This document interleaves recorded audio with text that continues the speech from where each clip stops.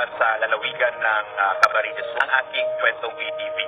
Alam niyo po, hindi ko po malilimutan sa buong buhay ko habang ako ay nabubuhay ang malaking pagpapasalamat dito sa PTV dahil dito po sa network na ito ay dito natupad yung matagal ko na pong pinapangarap na maging isang news anchor. Mahigit 2 dekada po ako sa broadcast journalism.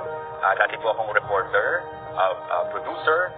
Ang nilulook forward ko lang po dito sa stasyon, sa PTV, ay talagang magkaroon ako ng pagkakataon pa na magawa yung mga gusto kong storya dahil ang strength ko po ay talagang paggawa ng mga documentaries. Ang malaking karangalan po na maging bahagi po ng People's Television Network dahil nagiging instrumento po ako para talagang maipalaganap yung mga programa ng pamahalaan na kadalasan hindi ko nabibigyan ng pagkakataon sa ibang mga mainstream media.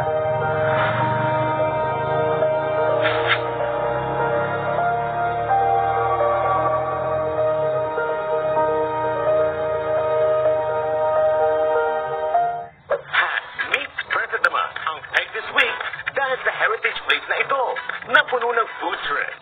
It's fun! Goes to Santa Ana. Kasama ang certified foodies na Pilet ni Ordinario para busugin tayo sa kasaysayan at kainan. It's fun!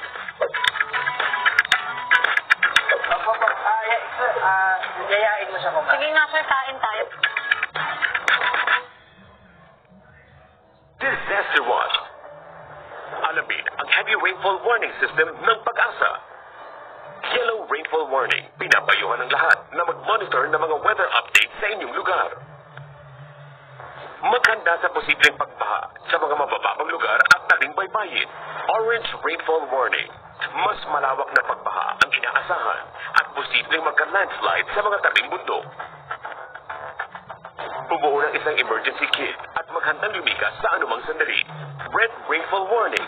Inaasahan ang matinding buhos ng ulan sa loob ng 2 oras na magdudulot ng malawakang pagbaha at landslide. Para sa inyong kaligtasan, agad na lumikas papunta sa ligtas at mataas na lugar.